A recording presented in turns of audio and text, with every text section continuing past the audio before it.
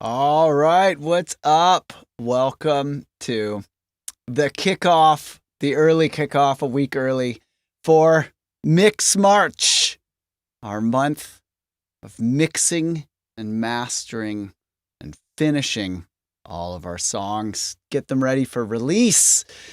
Probably got a big old pile of halfway finished songs on your hard drive, don't you? Well, I do too. And I'm going to finish mine this March. And so are you. Because this March, it's MixMarch. So I want to teach you a whole bunch of good stuff about mixing. And, mixing is it's a really popular request topic because there's a lot of kind of finger waving and snake oil and such that makes it seem a lot more complicated and a lot less fun than it actually is. But, with the right knowledge, you'll be able to have fun mixing. And I say this as someone who used to hate mixing. I hated it. It was my least favorite part of the whole thing. I really did. And it's hilarious to be saying this because now, Dolby selected my track by a thread to demo their next generation Atmos sound system technology. And they even made me a Dolby Atmos mix of that song. But at one point in my life, I used to hate mixing and I used to really hate myself for sucking at it. So in this video, I want to show you how I broke through to the other side. I want to tell you how I found joy and success in my mixing to the point that I can reliably beat all the high-end mastering engineers that I used to pay thousands of dollars to every year. I've charged people sometimes $2,000 or more to do mix downs, and it was worth it. They left happy. So I want to tell you how I got to that level. So if you care about sound quality and you want your tracks to be as loud and clear as your inspirations, I'll get you there. But you should definitely watch this video to the end. But don't worry, it won't take a long time and it'll be fun the whole time. I promise. So back to the story. All right. So I used to hate mixing. It felt like an arduous technical chore best left to expensive pro engineers that I couldn't afford yet. In the meantime, I was feeling powerless and humiliated, and I was just trying and failing over and over again. And, I'd work late into the night thinking I was on to something awesome and then wake up in the next morning and play it. Last night's genius session always seemed cringy and naive in the harsh light of day, and even more embarrassing when I put on my list of reference tracks. So over months and years of just trying super hard and failing super hard, I watched my passion for music start to turn into poisonous self-doubts that only served to water an ever-growing and seemingly inevitable depression. Maybe I should just give up, I thought to myself. Maybe there's something wrong with me. Maybe I'm just not that creative, etc. And so my insecurities began to turn me into a plugin junkie because I was trying to learn. I was looking in magazine articles and blogs and stuff, and it seems like every one of those... Sure, I gotta let my dog in. Come on in, Feather. You can come learn about mixing too. Get in here. Get in here. Here, you can go on your chair. There you go. Special guest. All right. So, I'm reading all these music magazines and articles, and it's like every one of them's like, listen, I know just what you need. It's this new plugin. It's this new piece of gear. It's this new whatever. And I spent so much money that I didn't have and couldn't afford to spend, my food money, my going out money. I was spending that on crap I didn't need. And, as it turns out, all those shortcuts that you see advertised, they're just shortcuts to realizations that shortcuts don't work, right? So I eventually came up to the uncomfortable realization that unless I wanted to hire a ghost producer, buying plugins and whatever was not going to get me where I wanted to be. I was just going to have to suck it up and study. So I did. I spent a decade plus sucking it up and studying. So now you get to learn everything the easy way instead. Does that sound good?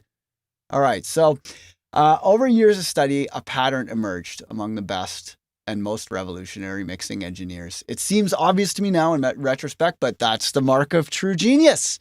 Genius always seems obvious in retrospect, right? So I've always, it's like you hear people say all these ignorant things about art, like, oh, that's so simple. Anyone could do that. Or like, my kid could have painted that. But the truth is, if it was so simple, then they would have done something equally revolutionary. When in reality, the people who say things like that are usually motivated by their own lack of results. They're haters, so don't expect them to understand what it takes to make something great. Now, so the pattern that emerged amongst the most revolutionary mixing engineers in history is something deeper. They broke the rules so well that they transformed their field. And you hear Rick Rubin talk about this. I'm working my way through the Rick Rubin creativity book right now. It's so good. But this is the commonality. Revolutionary mixing engineers, they broke the rules, and that's why we love them, because the way in which they broke the rules transformed their field, leaving a permanent, timeless mark felt decades later. So how did they do this? How did they know which rules to break and why? A 5-year-old might break all kinds of rules and color outside of every single line on the page, but they don't revolutionize art itself by breaking the rules. What's the difference, right? So the answer to these questions is perfectly illustrated by the story of the creation of dub music. So no, I'm not talking about dubstep. I'm not talking about reggae. I'm talking about D-U-B, dub music. So do you know why they call it dub music? Well, dub is a name which comes from the word dub plate. It is a one-off custom test pressing used by vinyl DJs before CDJs and software like Serato allowed them to play digital files. These were metal discs covered by acetate, which is like a soft crayon-smelling plastic that's easy for the cutter to carve musical grooves into. While it is less expensive than producing a run of vinyl records, they still cost about $100 US in today's money, and they wear out after about 100 plays. So why is dub music named after these things? Well, there was a studio accident that led to the creation of dub. So the happy accident that burst dub music and changed the world forever takes place in Jamaica in the 1960s and early 70s. So Rudy Redwood ran an enormous sound system that brought people from all over the island seeking escape from the brutal, grinding poverty of post-colonial Jamaica. Ruddy and his crew of sound system DJs would play the hits on a single turntable while toasting live on the mic allowed them to change records without losing the dance floor. So Ruddy's job was not an easy one. There were many other sound systems to compete with, and the party people only had so much money to spend. If you wanted them to spend their money on your sound system events when they couldn't really afford to eat well, you better bring something nourishing to the table. So in addition to a high-fidelity sound system, top-earning DJs needed to have new and unreleased exclusive tracks in order to set themselves apart from the competition and justify the higher ticket prices. So their lives of these sound system DJs was a constant quest for the very best dub plates on the island of Jamaica. So reggae music and sound system culture were exploding in popularity in the late 60s and early 70s. So the demand for dub plates, coupled with the dire economics of Jamaica, meant that studio engineers were working long hours on very little pay, often past the point of diminishing returns and frequently sleeping in their studios. A perfect recipe for workplace mishaps. So one day, Ruddy, our sound system DJ and owner, he received a dub plate from Duke Dumont's studio that was supposed to contain a pre-release song from the popular band The Paragons. The thing was, the overworked engineer had accidentally left the lead vocal track muted when the dub plate was cut, leaving only the instrumental backing track. When Ruddy made the fateful decision to just fucking play the dub plate anyway, because he paid for it, the audience exploded, demanding Ruddy rewind the record and replay it several times. As it turned out, leaving the lead vocal off the record meant the dance floor could focus on the drums and the bass, and the DJ could toast throughout the song instead of just when they were changing records. And that gave a live energy to the performance that was irresistible to audiences. So this was the first remix. So known as versions at the time, these early remixes, often just one-of-one remixes on dub plates, led to increasing demand for alternate instrumental mixes of popular songs. Reggae backing tracks then became known as rhythms, and studio engineers became increasingly creative in their use of studio gear to modify them. For the first time ever, the mixing engineer stepped into the role we now know as producer, and became as important, if not more important, than the players on the records that they made. So artists like Osborne, King Tubby Ruddock, and Lee Scratch Perry developed different methods for actually playing the mixing board during the recording sessions, such as routing a delay send back into itself so a mix fader becomes like a playable feedback control, or building homebrew electronics like spring reverbs and sirens, or King Tubby's famous analog high-pass filter.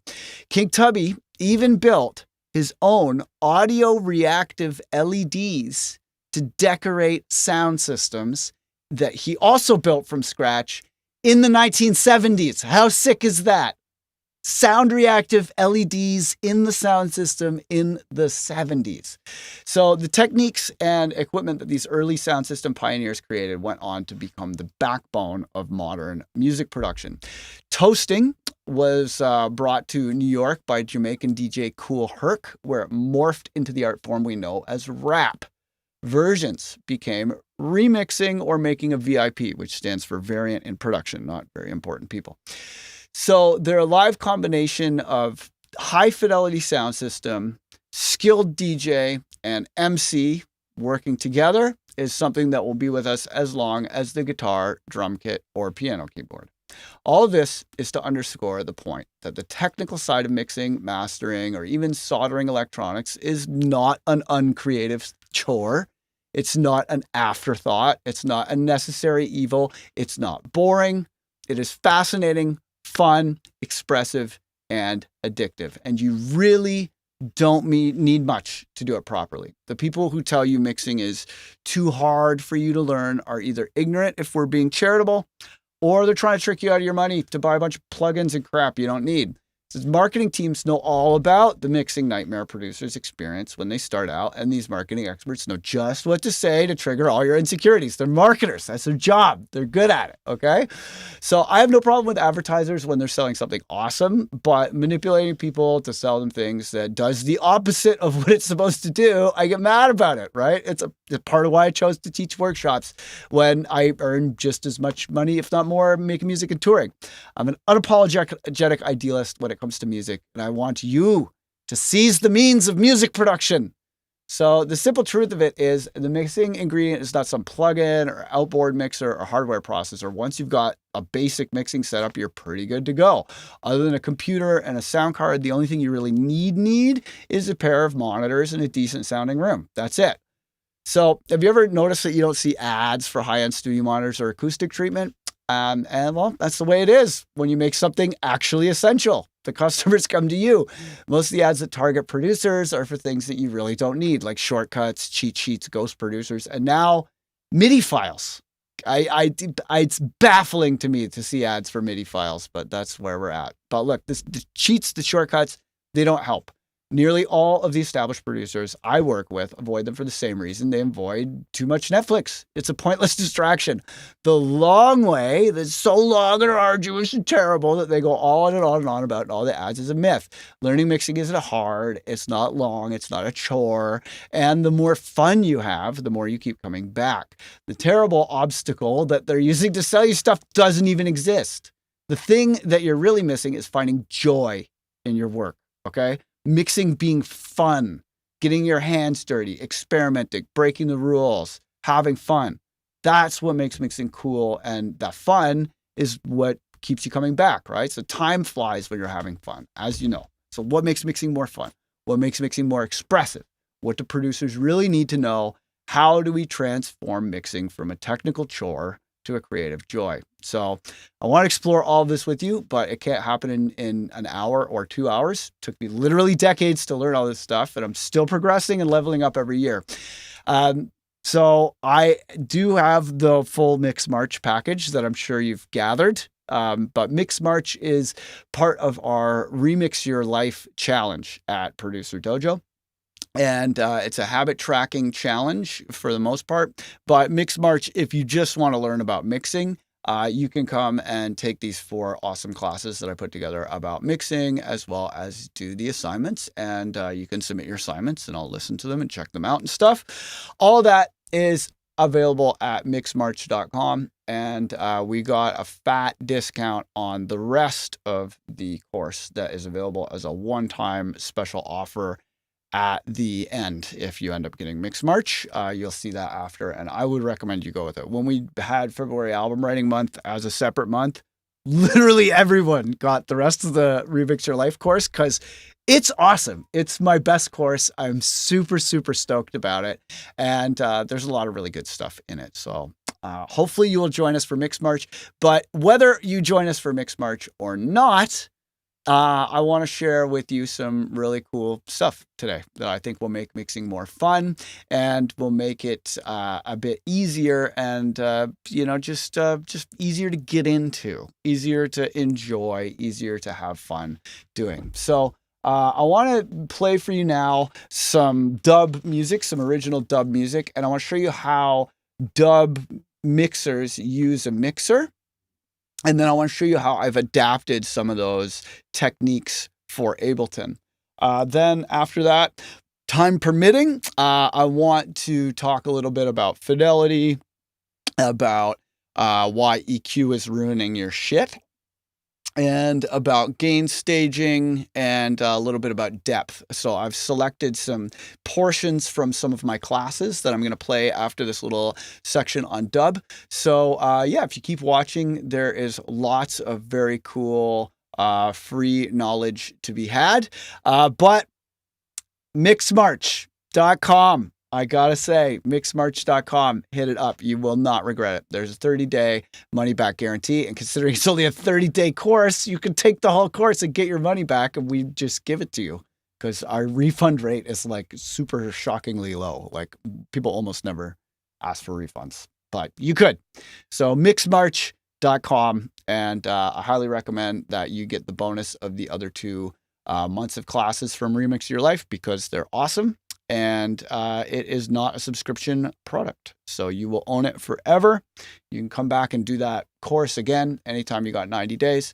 And the way the course is like these topics and production challenges and stuff are there to basically give you things to play with, things to explore, because when you're making art, you want to be exploring at least a little bit. If you know what you want to do and you go out and do it, that's the work of a craftsman. But if you start with a question and use it to inspire a journey of discovery, that's the work of an artist. And that is a quote from Rick Rubin, who's very awesome.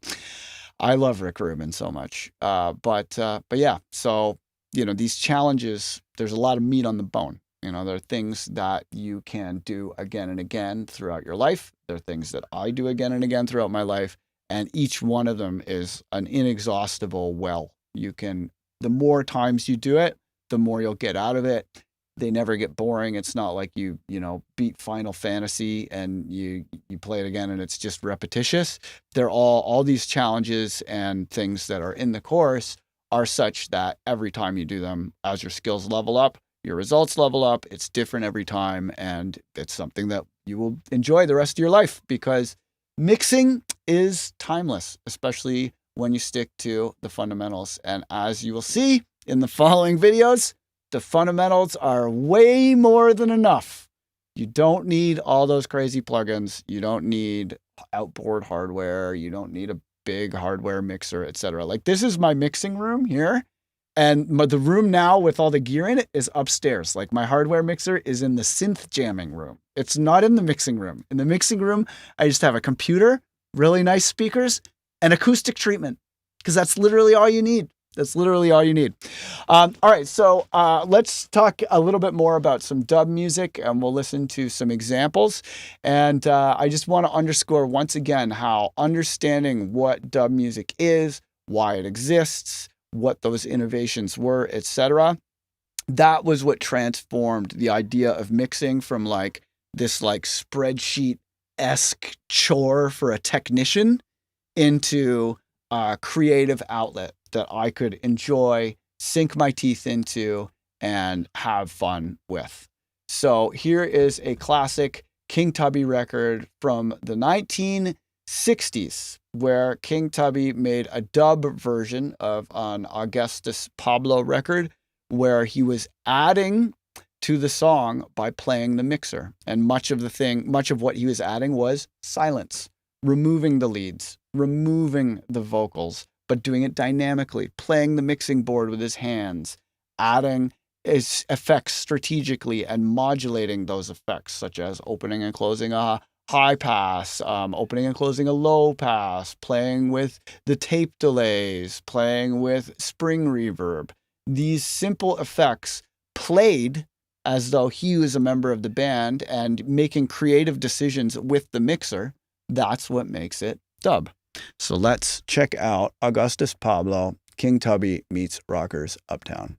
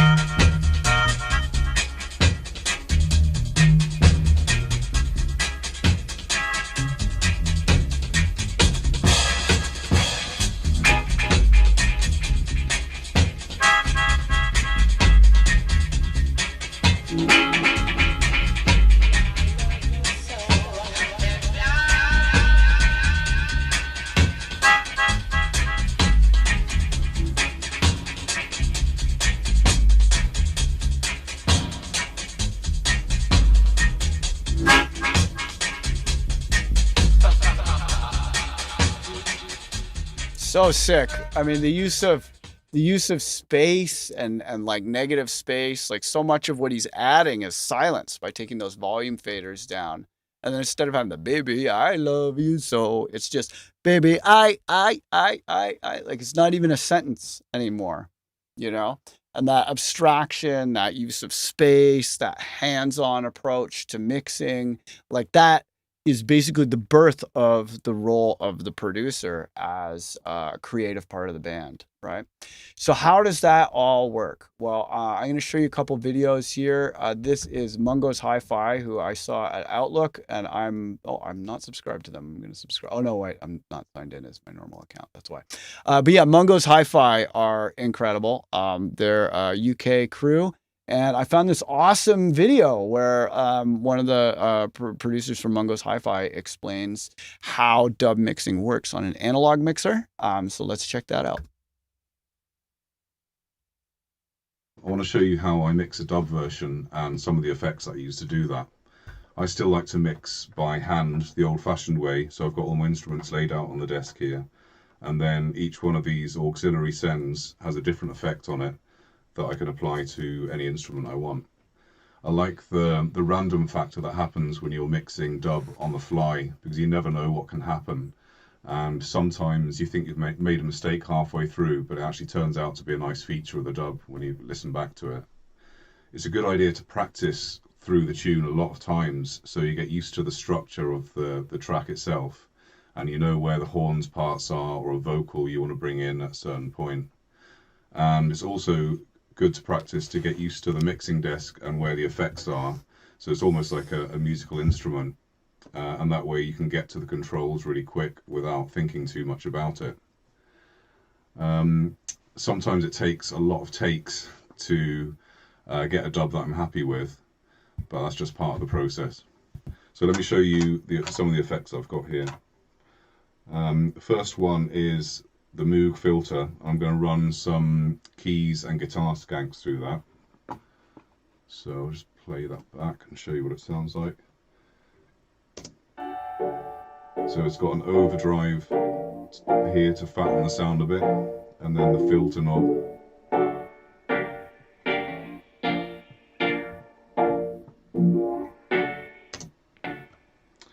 And then the next effect I'm using is a short delay. So if I play that same sound back, I'll show you what the delay does to it.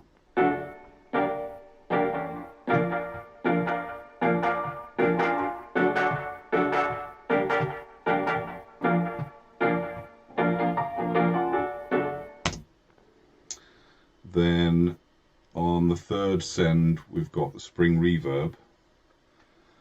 So if I play some drums, I'll show you what the spring sounds like. Oh yeah, I just wanted to make it a little aside here. Those spring reverbs are all mono, and that's a big part of the sound of dub drums is mono reverbs on the snares. And when they're in mono, it's a lot less distracting, and it tends to not get in the way of vocals or other elements at the sides. But if you are if you are putting reverb on drums and you're playing reverbs on drums, consider using it in mono.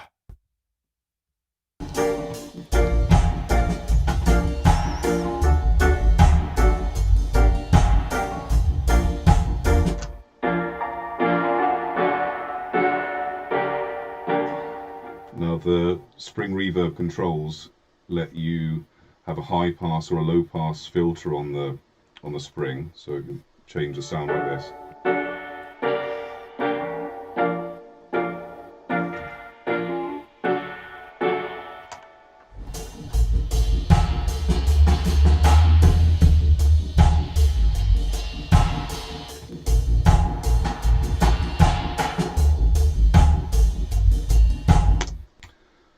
So that's the spring, and then on the fourth send I'm using my Ibanez delay unit, and I'm using that mostly on the vocal to dub out the end of a chorus. So it sounds something like this. Nothing left to say, and all I've left to do. So I like to bring all my effects back through the mixing desk, and that means I've got control over the EQ for each effect, and it also means I can make a feedback loop for the delay. So what happens is that it takes the signal from the delay and then you send it back in, and it creates a kind of loop which makes a kind of submarine delay sound. I'll show you what that's like. So without the feedback loop, it sounds like this. It's run away from you.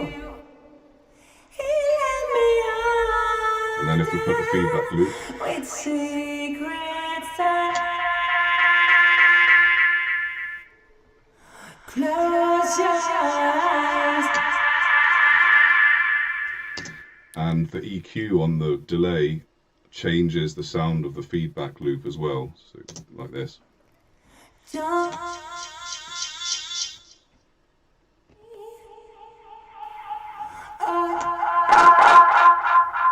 Sometimes it overdrives and you've got to be careful because it can suddenly get really loud, so you've got to have a gentle touch with it. The last effect I'm using is my Vermona filter, and that's just on the bass, and it just gives it a bit of drive and a bit more of a grinding sound, so it comes through. And it's often a challenge making dubs so that they sound really heavy on a sound system, but also the bass comes through on, if you're listening to it on smaller speakers, and so that's what helps with that.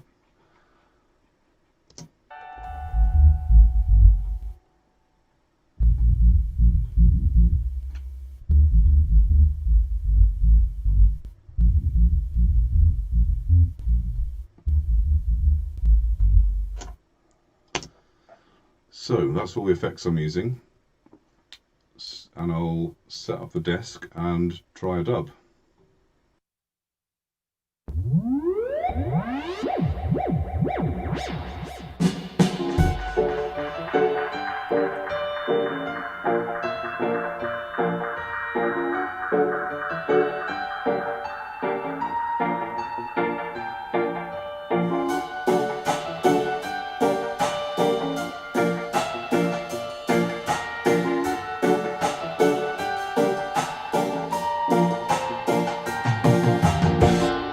Nothing left to say, and all I'm left to do is run away.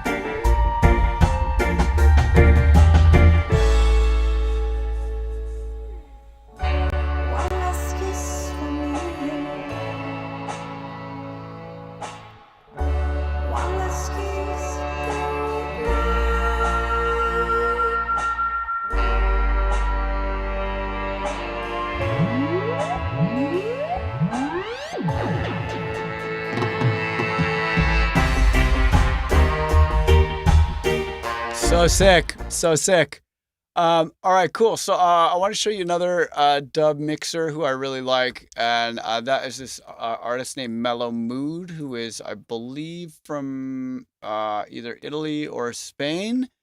But yeah, he's really dope. His YouTube channel is awesome. And he has all these great mixing videos where you can watch him like actually playing mixer dub style. And this is one that I just think is so awesome. So here we go.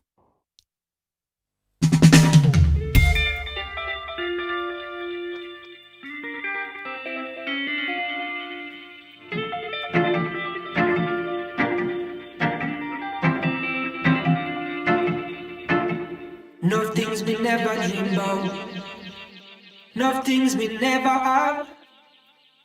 Them come to me and I tell me say forget it, buy a piece of paper. Me life me like it sober, greed and make them more. Cause all around in the city, they crying for more. La la la.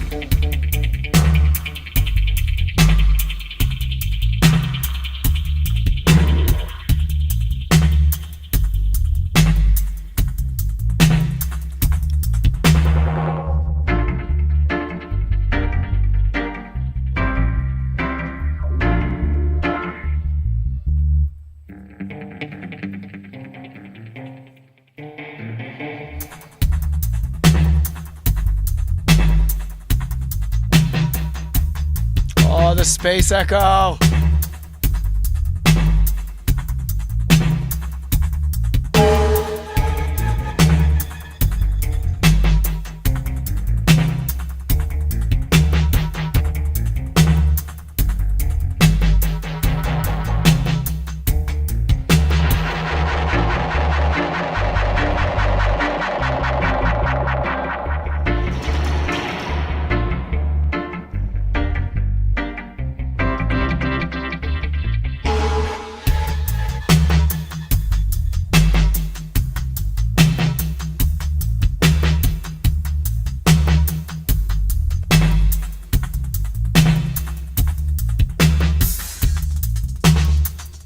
Whoa.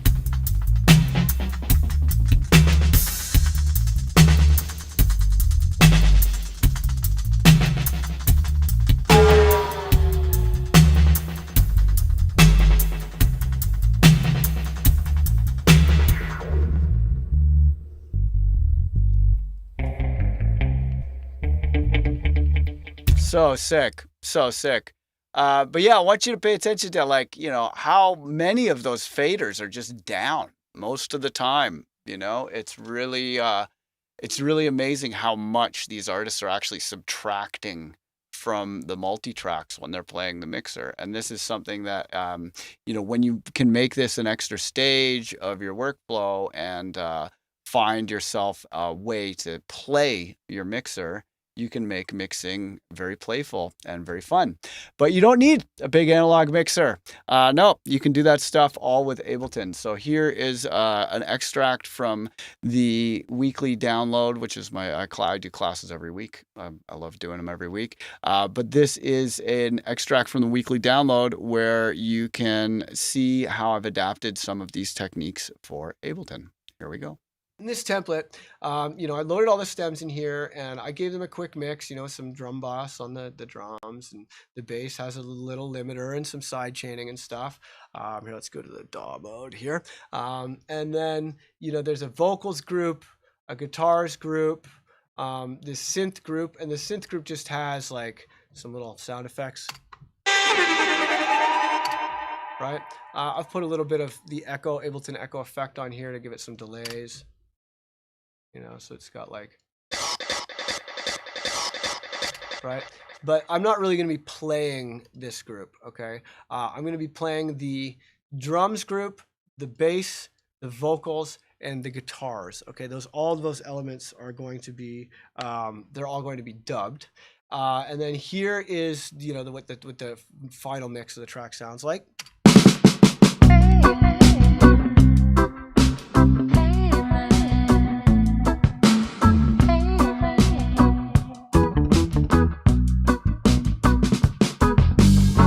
All right, so that was what the original track sounded like. So I loaded all these sounds into groups, and I basically tried to kind of mix it so it sounded pretty similar. I think I got it to sound pretty close to what the original sounded like.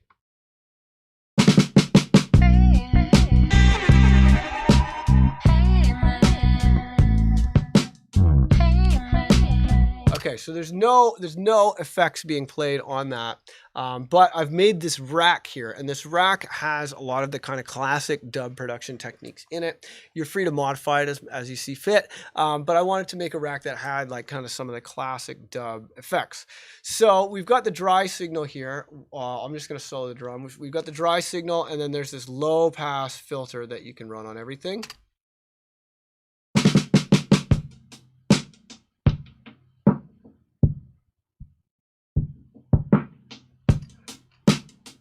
And it also has a mute. So if I go over here so you can see what I'm doing, this last knob on the top row, I've got everything arranged in these horizontal rows. This last knob on the top row is the mute and the low pass filter. So right there it's muting.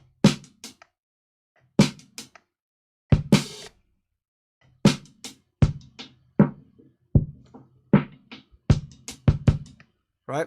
So you can see that that's, that's kind of controlling that. Now, if we go back to the DAW, there's two different kinds of delays, and they're controlled with these first two knobs. There's one that is on a kind of 3/16th note delay, and that would be coming in here. And then there's another one that is this sync delay. The second delay, it's either a sync on 16ths or a loose delay, which is just a delay with the time that is not necessarily synced. So I'll show you what those sound like.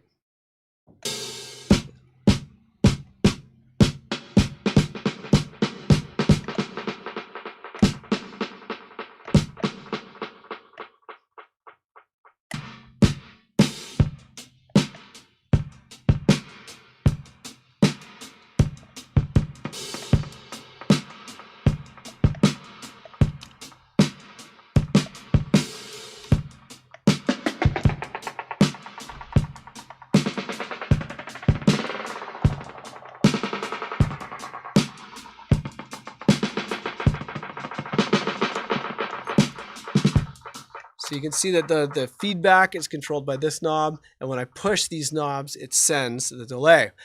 This knob here has a high pass, which is just on the dub, which is the effects. So let's see, I'll play it.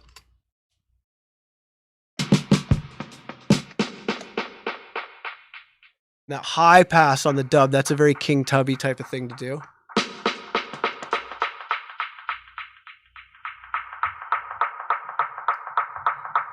And there's the feedback is that first knob. And then the second knob is controlling the intensity of the spring reverb.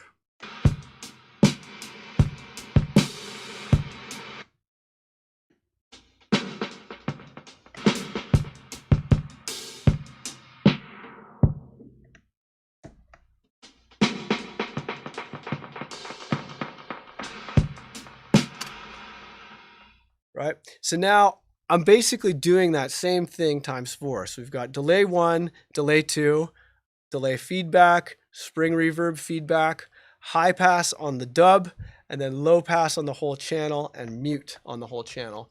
And that's going to allow me to basically perform the whole mix, to perform the dub of the whole mix, because I've got my 4 groups. This top group here is my drums. Next one down is the bass. Next one down is the vocals. Next one down is the guitars. So let's see what happens when I perform the whole mix.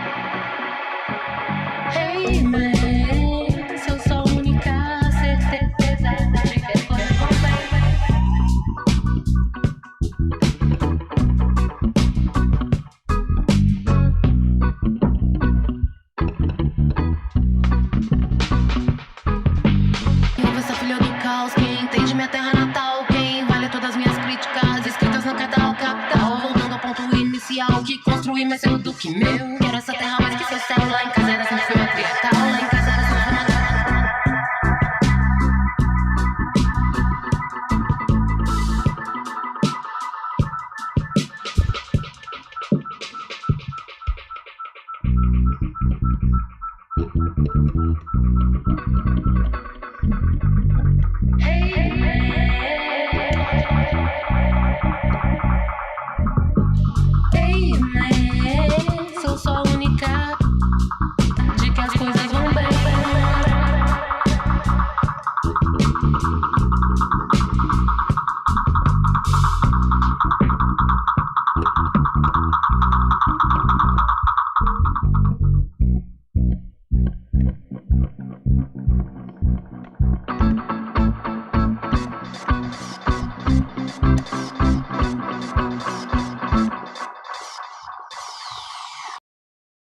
Good times, good times. But yeah, so, once you put a little bit of time into appreciating dub mixing, it becomes quite easy to adapt those techniques for Ableton, to adapt those techniques for any other genre of music, et cetera, et cetera, et cetera. And, and you get to listen to a lot of awesome music along the way. So before you render your stems out to do your dub mixing, you should definitely be aware of some ways that you can ruin your stems. And the number one way, EQ, is ruining your shit. This saw wave looks like. Okay, so we have a saw wave where we have a harmonic series that starts with a fundamental at 264 hertz, and then the second harmonic is an octave above that at 525 hertz, and then fifth above that is the third harmonic, and that is at 796, and so on up the harmonic series, including both even and odd harmonics, because it is a saw wave. So what if I want to get rid of this? Like, you can see that there's this low level noise here. It's at like, minus 42 to it's probably minus 46 dB ish across the low end, and I want this low end for my sub. So even though there's not a whole lot going on down there, I still want that gone, right? Because you should put EQs. You should put EQs to take the low end out, right? That's what they say, is you should do that.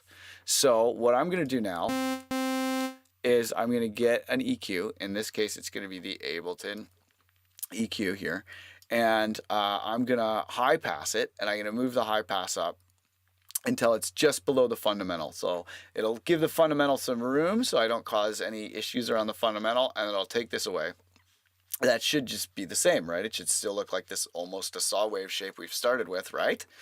So I'm even going to put my EQs on oversampling here. So I'm running my EQ nice and high quality, right? So now watch what happens. I'm going to play it, and then I'm going to move this EQ up. What?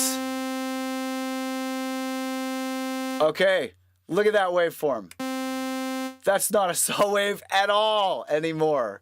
And all I've done, I'm not even approaching the fundamental here. My fundamental is at 264. I'm at 130. I'm a full 130 hertz away from the fundamental. And look at that. It's even worse when I near the fundamental. And watch when I turn it off and on, you'll hear it go like, rah, rah.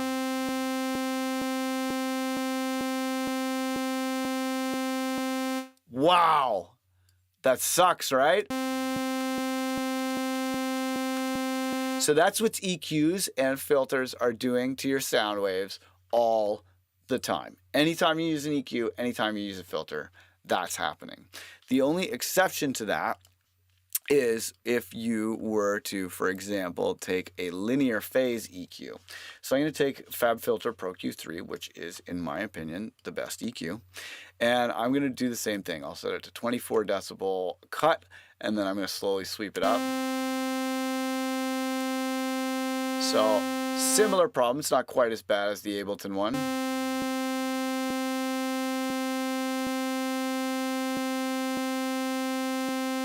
But pretty similar. So you'll notice that there's this like vertical peak happening here, this vertical like transient, I guess. If the waveform was slower, it would be a transient.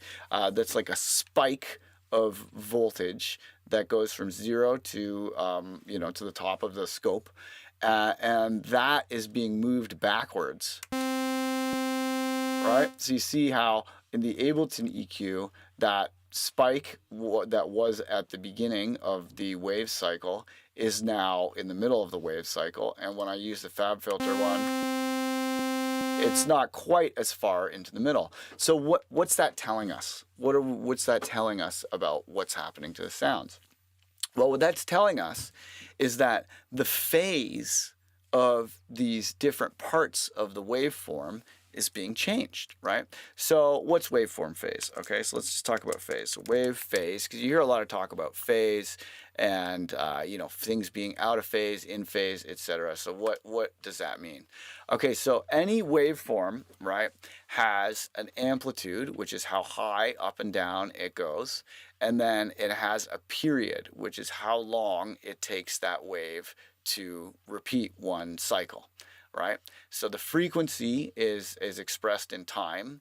The period is also expressed in time, and the amplitude is expressed in our case in voltage. Right. And when a waveform is in phase with another waveform, it means that the zero crossings are basically lined up, that the cycle of the waveforms is starting and stopping in a way where they're lined up, because all sounds, right, are the sum of all these different frequencies. They're like the sum of sine waves at these different frequencies, and that's actually how operator is making this harmonic series that we're looking at in the spectrum, right? So if you go to the waveform and you go here to the oscillator, you can see here that this is the harmonic series, right? And if I draw in like a shape like this, this is changing the volumes of that harmonic series. You can see I ran out at the top, so there's some extras at the top, right? And if I go back to a sine wave, let's take that EQ off. Right, I can see a sine wave, that's one, that's the fundamental. And then if I draw in these additional harmonics,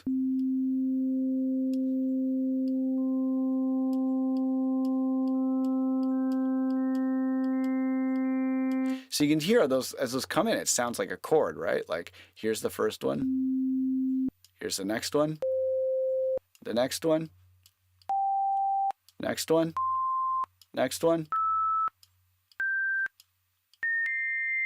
Right? So those are actually just different sine waves that are summing together to form that saw wave-like shape. So when I go to saw wave here, you can see that that is 64 harmonics worth of sine waves, all at full volume, that are in the odd harmonics and the even harmonics of the harmonic series. If I were to make a square wave, it would be only the odd harmonics. So like 1 being the fundamental, 3, 5, 7, and then you get this square wave-like shape. And when you have odd and even, you get a saw wave-like shape, right? So now all of these different harmonics that are making up the harmonic series of this sound, they are all, at least in the Ableton operator, they are all starting with their phases synced, right?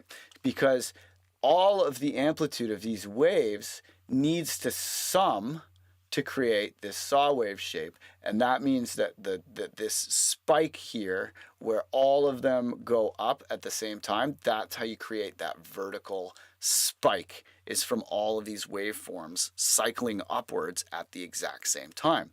So what's happening here when we turn these EQs on is the waveform's phase is being changed in the different frequencies. And you can see here that there's now like a kind of sine wave shape that's being added, like a low pitched sine wave shape that's being added to this saw wave, right? See, that's a saw wave. And then when we add this shape, this EQ, now we've got this like low frequency sine wave. So what's happening? Right? Well, what this is telling us is how an EQ operates. So how EQs operate is like your noise canceling headphones operate, right? Because keep in mind, there were EQs far before there were computers, right? People designed electrical circuits that could perform an EQ function before we had computers, before we had VSTs, before we had anything like that. We had hardware analog EQs. And what that circuit did was it would add in the inverted phase of the signal so that it would cancel the signal out, right? Because if I take a sine wave, like here, let's go get an operator here. And I'm going to take one operator, I'm going to make a sine wave. And then I'm going to group this operator, and I'm going to duplicate it so we have 2 chains. When we have 2 chains that are exactly the same, you should get a doubling of the amplitude, so because they're perfectly in phase. So when I play this, it's a sine wave. When I unmute this second one, it's the exact same wave, but twice as loud. Right? But if I were to take the utility plugin and invert the phase of the left side, and then invert the phase of the right side, I've now inverted the phase of both of these signals. So what happens when I play operator 1 with a sine wave and operator 2 with the same sine wave out of phase? What do they sum to? Nothing.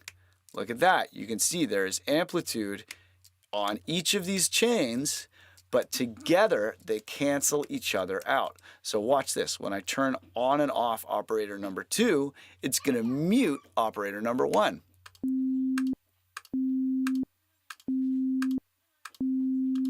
Because those inverted sine waves are, the inverted sine wave is canceling out the normal sine wave. Right? So that's how an EQ is working. It's like noise canceling headphones. So what it's doing is it's saying, hey, I want to add a signal to my signal that is the exact opposite waveform, but only in these certain frequencies, right? So that's how an EQ is removing sound, right? So this, or here, let's go back to our saw wave so we can see a little bit better. So that's why that spike, that transient that you're seeing at the beginning of the waveform, that vertical spike, is being shifted over.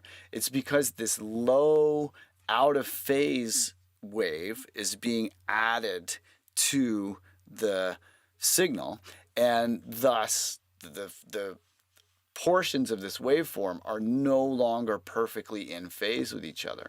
So like I said before, there's an exception to when this happens, and that is when you use a linear phase EQ. So FabFilter here, they're fantastic EQ.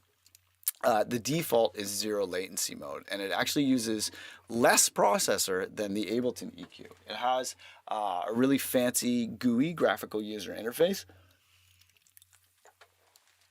But don't let that fool you. It's an extremely efficient EQ when it's on 0 latency mode. And when I go and select the title bar of this FabFilter, I can see in the bottom left of my screen, it says latency : 0 samples. When I select the Ableton one, it says latency 16 samples. That's because I have it on oversampling. When I have the oversampling off, that's like kind of like the high quality mode of the EQ. It gives you slightly cleaner highs to do that. You can see that the latency is at 0 samples. When I put it on oversampling mode, the latency goes up, right?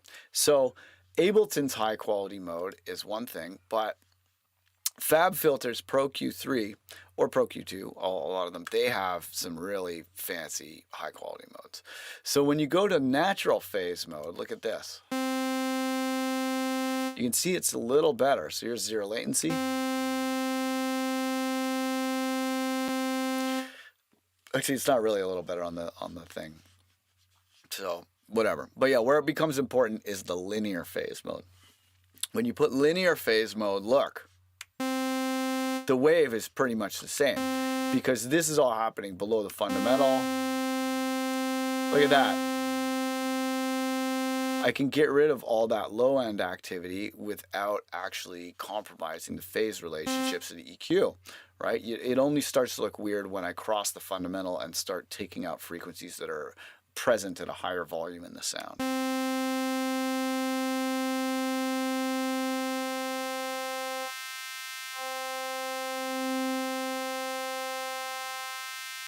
And you can actually, if you look at the oscilloscope, you can actually see the harmonics, the out of phase harmonics being added to the sound.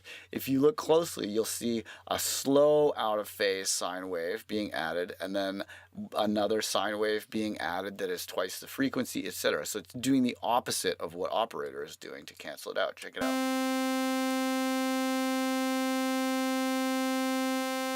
So that's added one sine wave. It's added 2. Until you're just left with this little tiny little sizzle.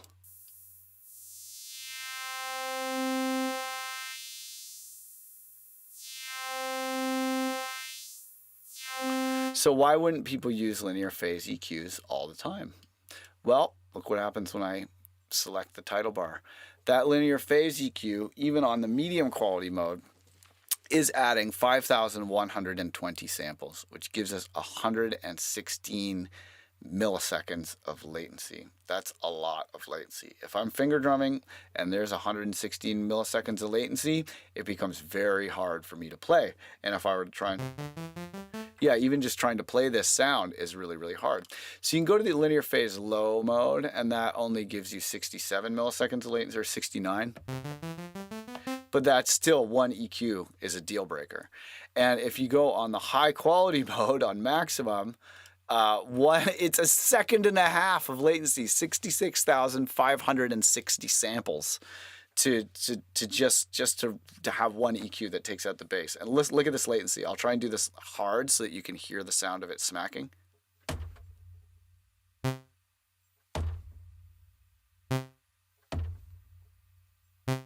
It's a brutal amount of latency. It's pretty much going to render your track impossible to work on to have that amount of latency. So what a lot of people will do is they will do their mixing on 0 latency mode, and then when it comes time to render their final product, they'll go through and they'll switch every single EQ in the track to linear phase mode. I do that sometimes, especially if it's like the final stages of stem mixing and I really want a high fidelity result, I'll do that, but it's a bit of a pain in the ass. One thing that you can do if you want to do this is make a save right before you do this and call it final before HQ, and then save another one and call it like HQ or linear phase or whatever, and then you go set them all to 0 latency and then render.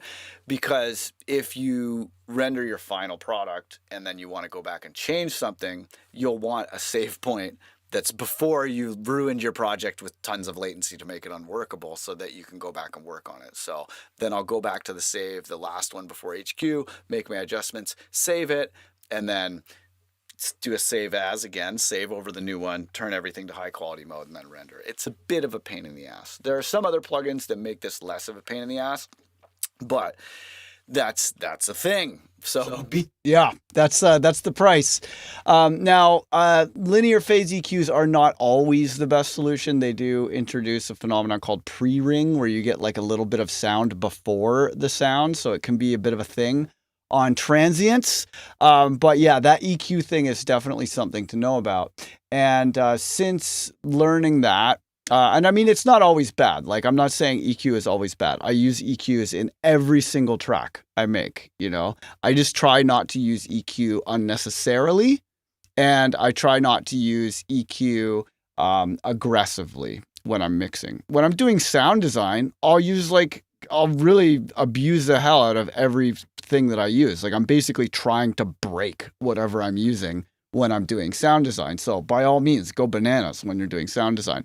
But once you have your sounds the way you want them and you like them that way, when you're mixing, you're usually trying to mix in a transparent way where you get the levels and the dynamics taken care of in such a way that the mix still sounds, it still has the charm and the kind of composition and contrast and the stuff about it that you liked when you made it. But it's, it's not been wrecked. And this is like when I first started doing mix downs and I didn't know this stuff, I read all the blogs and I read all of the music magazines and stuff religiously. Like, I had a subscription to Computer Music Magazine, just getting all that consumer brainwashing. And I would put so much stuff that I didn't need on my tracks. And then I would come to my final and I would listen to it and I'd be like, the demo sounds better. This took me a week of mixing, but the demo sounds better.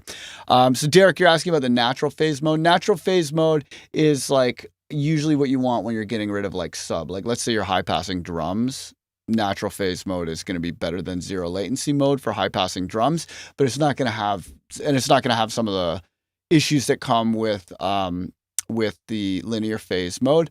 But I also like, you don't get that problem nearly as much with analog EQs. Like analog EQs still do work by rotating the phase, right? Because Dan Worrall, he does a lot of the FabFilter videos. He has a great video about this where he's like, the way to understand it is not that EQ causes phase rotation. It's that phase rotation causes EQ. Awesome. Great way to put it, Dan. But yeah, so that's the thing to understand. Like the phase rotation is causing the EQ effect.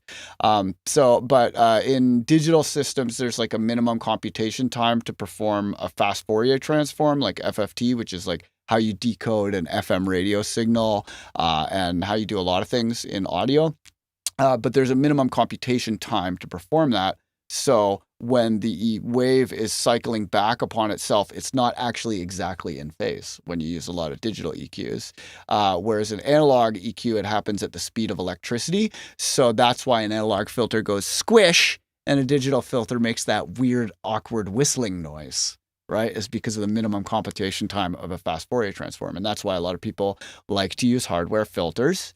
And that's why a lot of people like to use hardware EQs. So lately when I do my mixes, I'll do them like kind of quick and dirty with just like the Ableton EQ working fast. And then when I'm like getting ready to render my stems, then I might go upstairs to the hardware desk and like copy my settings on hardware and run the same process in hardware and get a little saturation as a bonus. Or I'll, go and do it digitally and then just like really take care with the fidelity before I print the stems. But another thing that makes stems and fidelity and all that work a lot better is the exact thing they tell you to never, ever do. And that is hard digital clipping. Hard digital clipping is a much more transparent way to manage what I call micro peaks, which are those tiny little peaks that you get that are less than 10 milliseconds. And if you are learning to mix, I would recommend learning to mix with nothing but gain staging and hard clipping, because you can often get a higher fidelity, better quality result that will beat the result that many people get using every trick in the book. And it's because you've only used the hard clipping and the for gain management. And then when I'm mixing, a lot of time, if I want less highs, I'll use low pass. If I want more highs, I'll use saturation. I'm not reaching for EQ during the mix stage usually, and I'm very rarely reaching for compressors. Usually it's like limiters, clippers, and then like just really careful gain staging. And that will get you like 80-90% of the way there. And here is a video I've made for that. More transparent way to remove micro peaks that is more transparent than a limiter under certain circumstances. And that method is clipping, hard digital clipping. The exact thing that all the audio engineering books tell you to not do. Well, it turns out that information is out of date.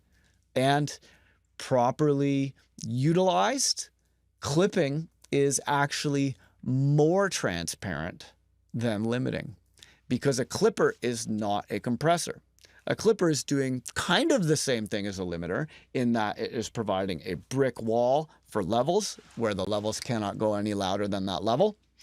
But a clipper is not doing anything fancy with attack and release times. All the clipper is doing is when that signal gets up to the level, it just flattens it off.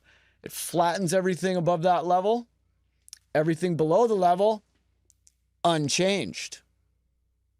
With a limiter, everything above the level is flattened off, but the signal below the level has to deal with the release time of the limiter and is sometimes fluttering around, slightly coloring the sound, slightly losing the transients, slightly collapsing the stereo image, right?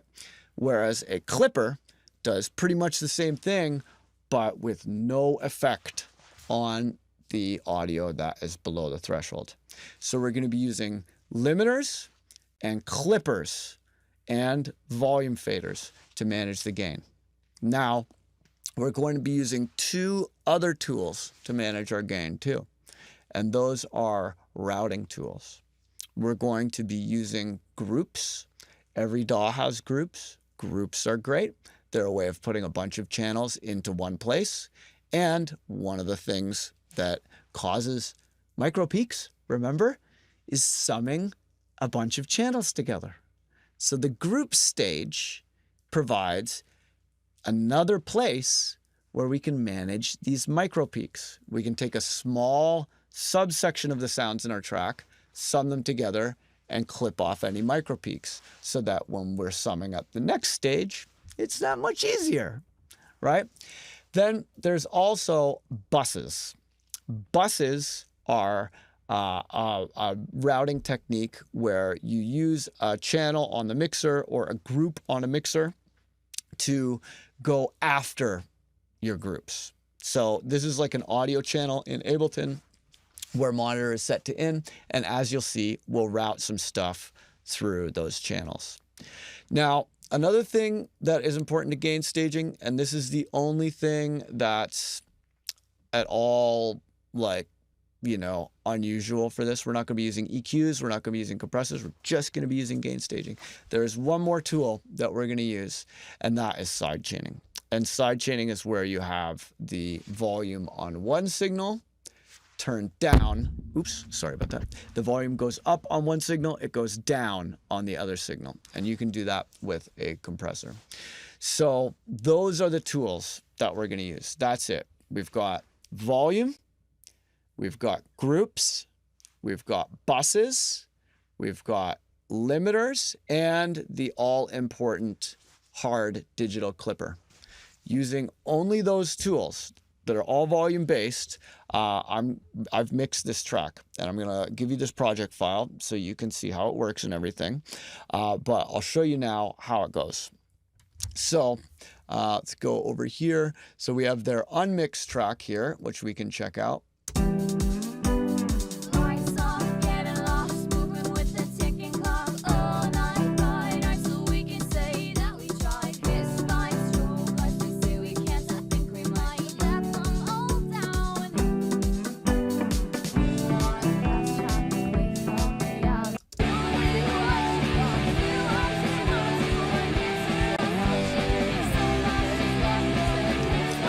All right, so that's the original track. And now we'll listen to the mixed version, and we'll go back and forth. Lights off, getting lost, moving with the ticking clock. All night, bright, so we can say that we tried. Kiss by stroke, as we say we can't, I think we might let them all down. We're on a fast track away from reality. Everything's blurry like it's meant to be. We're on a fast track away from reality. It's a bright, shiny world, and it's all yours to take. Don't regret the past. No turning back now. If that's what you're thinking. So you might be thinking, well, it sounds like you must have used a whole bunch of EQ and compression and all that. And while there is a tiny, tiny, tiny, tiny bit of routing in the sub, if you look at all these channels, you'll see that they pretty much have nothing on them. Like the only things that are used are, there's some clippers here that I used. I had an earlier version of this that has this G-clip plugin. I'm just trying to eliminate all the versions of this G-clip plugin. But yeah, there's an earlier version of this project where I had G-clip, but you can see here, yeah, I think I got rid of all the G-clips. There's literally just volume levels, clipping, and nothing on any of these. Yeah, clipping, limiter. Yeah, this is the only one that has anything going on. So there's this gate, which is routing just the subs from another channel, and then that's getting compressed and sidechained. But otherwise, that's it. Look, nothing on in these channels. It's just volume and then removing peaks with either a limiter or a clipper. But otherwise, nothing on anything. Yeah, so you really don't need all that shit. Like, you're fine. Just focus on balancing the volume levels. Get a bunch of reference tracks and an analyzer and compare your master to the reference tracks. It's totally fine to redline the master in Ableton and in most DAWs.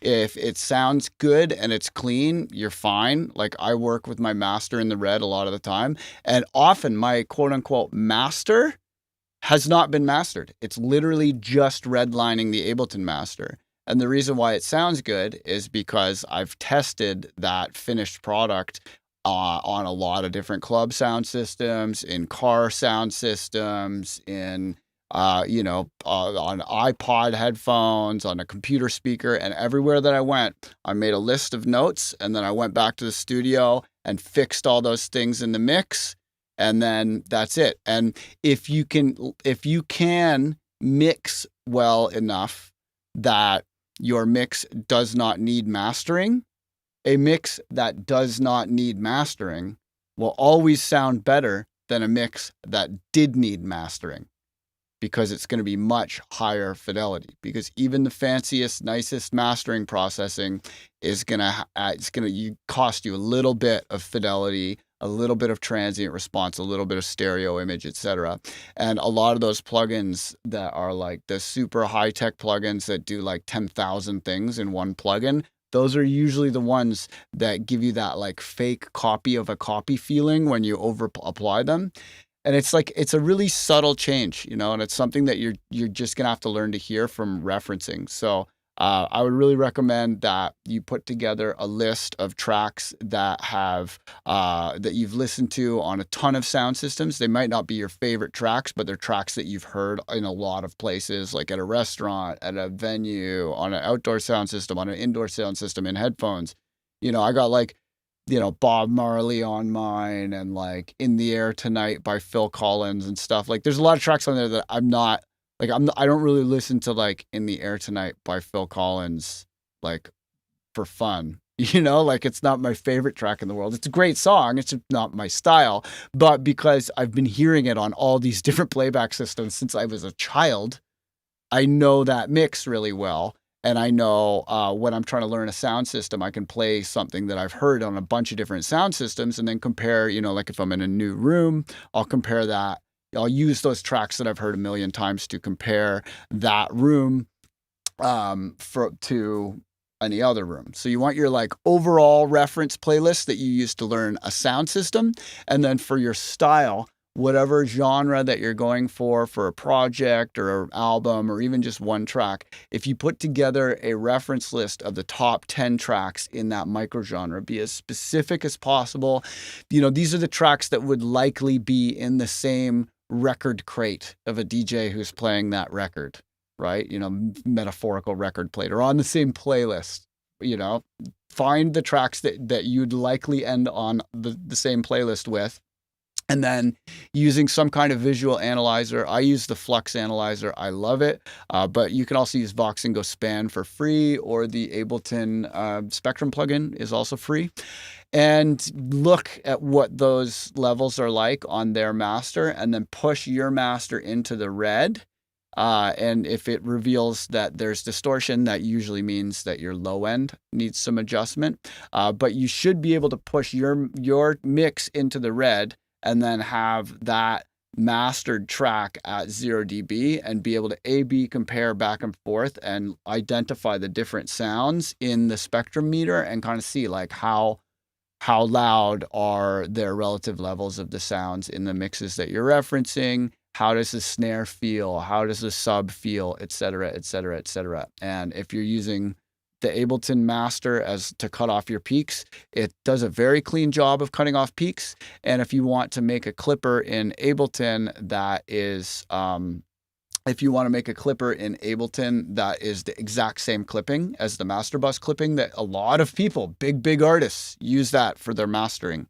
Like a lot of people, like Mr. Bill's masters are just redlined in Ableton. Mr. Carmack's masters, redlined in Ableton. Zeke Beats masters, redlined in Ableton.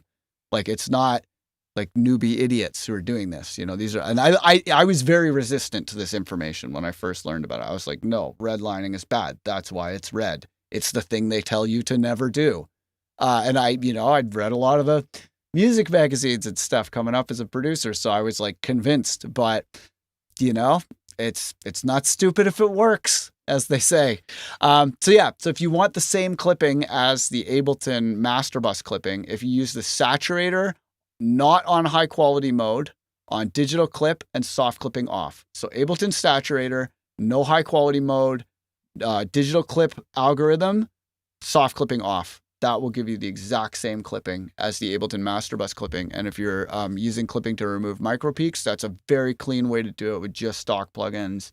And if you manage those micro peaks, like get them at the sound level, get them at the group level, get them at the bus level, and then either push your master in the red for master bus clipping or put that same device on. And then if you are sending out a master and you've clipped it and you've not put true peak limiting, and I don't recommend you put true peak limiting because true peak limiting does change the transient response in the stereo image, I always leave 1 dB of headroom below the actual maximum of 0. Because on streaming sites, their gain balancing is going to like normalize it anyway. But that 1 dB of headroom gives you a little bit of wiggle room for the inevitable overs that come through the clipping. Like it will go over that 1 dB threshold just a little here and there. And that makes a big difference when you're transferring a wave to an MP3 or an MP4 or whatever. And all those streaming sites, you upload a wave, but they aren't playing waves. They're making MP3s out of your waves, and it's their encoding, not yours. So you need to leave a dB of headroom so that those little overs that make it through the clipping, because there's a little tiny bit of overs that make it through the clipping, you don't want those overs to be interfering with the MP3 encoding on the streaming site. So as long as you leave 1 dB of headroom. So if you're rendering it just like clipping the Ableton master, you can load it back into a new project and bring it down a dB. Or if you are using the Ableton saturator clipper to do it, then you just turn the master output on the saturator down 1 dB, and then that gives you just a little bit of room. So I always do all of my masters at -1 dB because then it makes everything sound a lot cleaner. And if you listen to my album Bent on Spotify, a lot of those masters were just redlining the Ableton master, and they sound great. Like that album sounds great on any sound system, and it's real loud and real clear. All right, so I have some other videos and stuff that I was going to play, but we're already half an hour over. So I think that's probably enough for one session. But thank you so much for coming. I'm really excited for you to join us at the MixMarch Bonanza at Producer Dojo. And once again, that is MixMarch.com, where you can get all of the lowdown and everything. Actually, I'm not sure. Oh yeah, it has been updated. So yeah, the first class is in 12 days, but now you know how to make stems without ruining them with EQ, and you know a little bit about how to make mixing fun, you know why dub is cool, you know a little bit more about gain staging and stuff. And we had a little bit of fun. But yeah, check it out. Check out the MixMarch website. It's very competitively priced. We're going to go into detail on all of those topics, and you are going to be ready to make the music you were born to make, because that's what it's all about. 30-day money-back guarantee, of course. And when you get MixMarch, be aware that there is a one-time offer for a very substantial discount on the full Remix Your Life course, so you can catch up on the 2 months that you missed, namely January, where you record a synth jam every day, and we learned a lot of deep level rethinking of the fundamentals in synthesis and everything. And then February album writing month, which is what we're all embroiled in, which is 14 tracks in 28 days. And most of us are writing far more than 14 tracks in 28 days. And there's all kinds of like creativity challenges and tools and reference videos and templates. And it is, and then we have Moog is our prize sponsor. So we're giving away prizes. I'm giving away a prize next week. That's going to be really fun. And yeah, and then you can hang in the Discord. I'll listen to your tracks when you submit them. And yeah, I mean, in case you don't know, I've got like 60 million plays on 300 tracks, played over 1,000 shows on 5 continents. I released over 60 tracks in 2022. Huge tracks with, big artists like Alanis Morissette and Boogie T, Foreign Beggars, Mr. Bill, Tempa T, made music for Star Wars, official tracks with Gucci Mane. I was on Andrew Huang's 4 Producers, 1 Sample, blah, blah, blah, blah. Anyway, I know my shit. I taught your favorite DJ that thing you like. And now I'm going to teach you. All right. Lots of love. Thanks for watching. MixMarch activation. Yay.